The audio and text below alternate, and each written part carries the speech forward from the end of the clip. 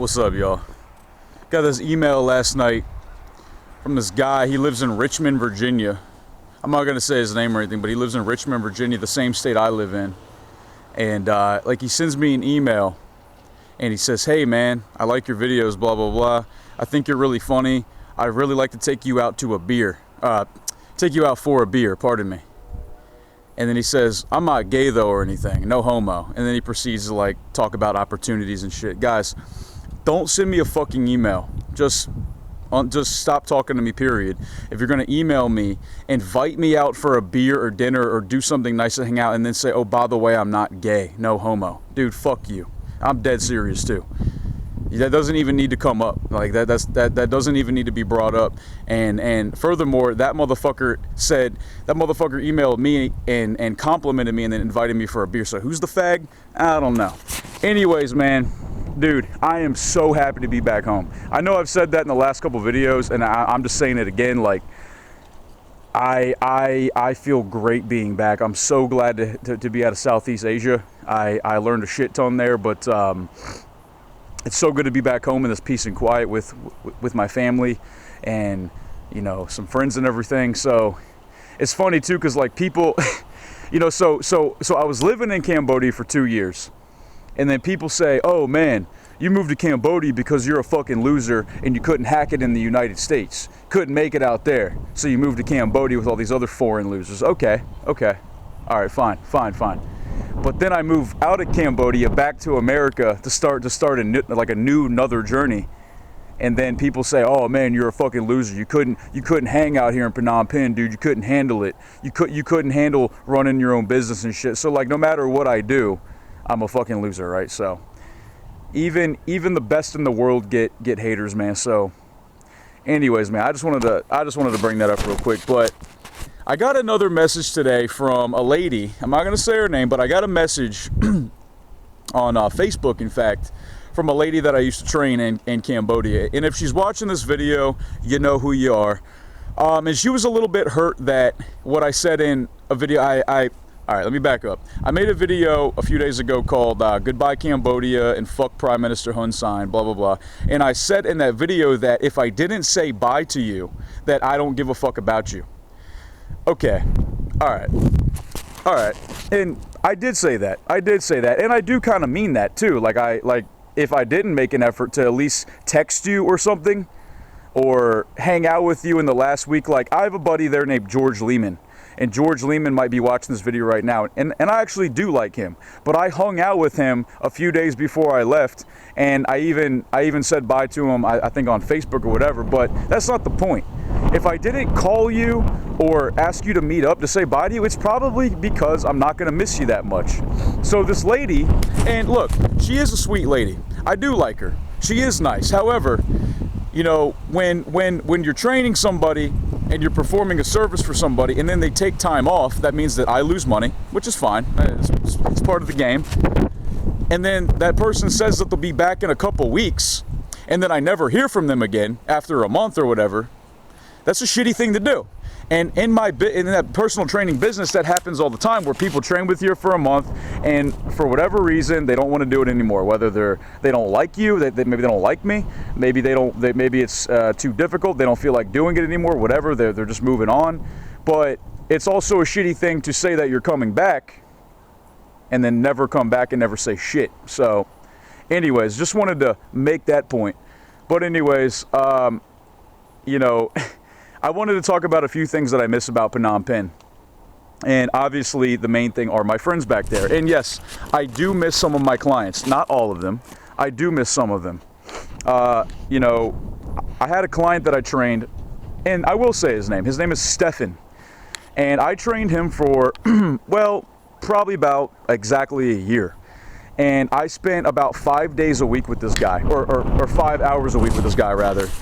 And we have very personal conversations. You know, he even quit drinking because, and that meant a lot to me, the fact that he gave up alcohol. And then after a year of training him, I do a no call, no show. And admittedly, it's because I was on drugs. Admittedly, I fully admit that I was on drugs. I was fucked up out of my mind, and I just didn't remember to get up and go train him. That's what happened. So rather than saying, hey man, hey Brayton, this is weird, we've been training for a year and you didn't call or show up, is everything okay? Are you okay, man? No, he's texting me and he's like, I believe we had an agreement, blah, blah, blah, blah, blah. You know, should I make other arrangements for a new trainer? I'm not sure what to do here. I thought you were a professional or some bullshit. It's like, dude, like after all the fucking personal exchanges we had over a year's time, and like, that's your response to me not showing up, like not showing any concern whatsoever. Granted, I was on drugs. Yes, it's my fault. I understand, but come on, man, it's kind of cold, and like, it's like, it just says you don't give a fuck. So I told him off anyways. I miss my fucking friends, man.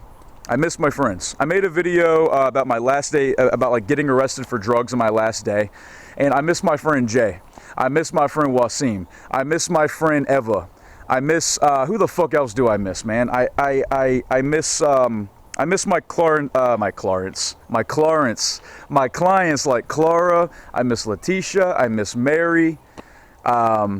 You know, man, I obviously there's a lot more people that I can't even like think of right now, but there's so many people back there that I miss. And like I said in the last video, I learned something from everybody that I met, good and bad people rather. I learned something from, I took away something, and I met a lot of fucking people in Phnom Penh, and I really only became good friends with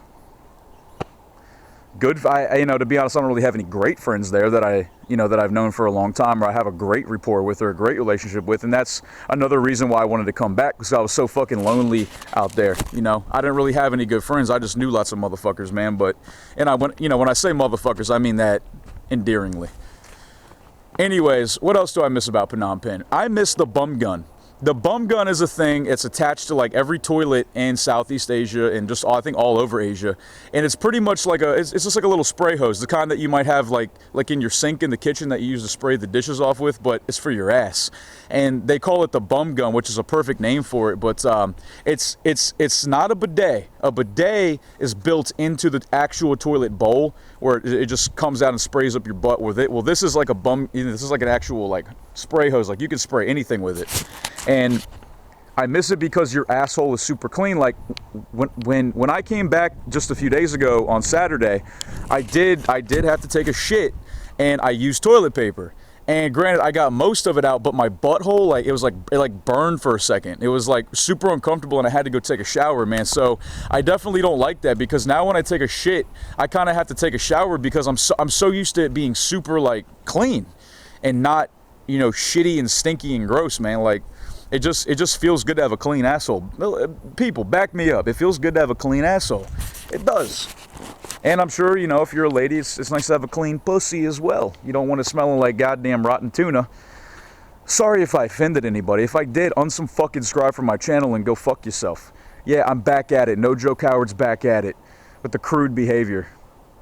And don't act like y'all motherfuckers know me just because you watch a couple of my videos. Fucking idiots. You think you guys know what kind of person I am for real. Like, you guys think you know me in real life because you watch a couple of my videos, you fucking dumbasses, man. What else do I miss about Phnom Penh? I mean, towards the end there, like say the last several months, I didn't really indulge in street food. I don't really indulge in street food too much, but I did when I was low on cash, and I did when I first moved there because it was exciting and it was new to me. But a lot of the street food is very unhealthy. It just is. It's full of MSG. It's full of just fried, processed shit. It's junk food. It's like mystery meat. The only kind of street food that I really miss, though, is the very abundant and available street barbecue. And what I mean by that is they'll just have this big old grill. They got Pro Hawk, which if you don't know what Pro Hawk is, it's like there's many different styles of Pro Hawk, but it's like basically it's just fish meat. Well, it's fish. And it's cut up into like a paste, and it's like a fishy paste, and it's so good. A lot of foreigners I met did not like it at all. I love it. I fucking love Pro Hawk. And you got chicken legs and breast, you got pork ribs, you got chicken feet, you got, you know, whole chickens, ducks, You got beef tips. It's just, yeah, everything, man. And it's so cheap. It's so, like if you go there with $3, you can easily feed yourself and your friend, or your girl, or your boy, or whatever the fuck you know. You can easily feed like 2 people for like $3. Get some rice, a couple pieces of meat, man. You're good. Plus, they give you free vegetables on the side and like lime and pepper and salt, dude. So I miss that shit.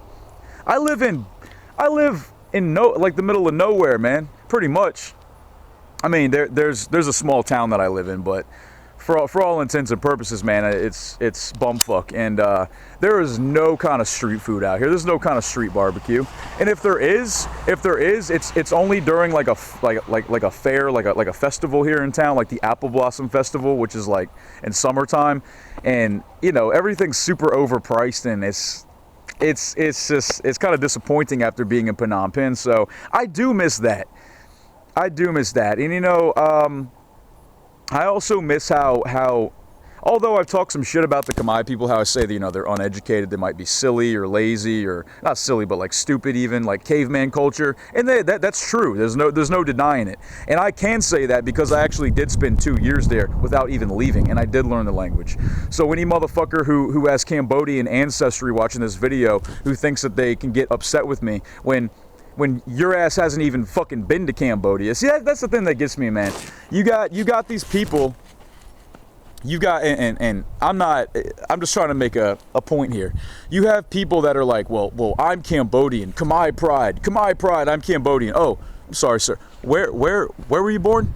Oh, you were born in Long Beach, California? Oh, okay, so have you even spent any time in Cambodia? Have you? Oh, you haven't. Oh, so you're Cambodian how? You're Khmer how? Do you speak any Khmer? No, you don't? Oh, well, then you're fucking American as shit. You're just as American as I am, dude.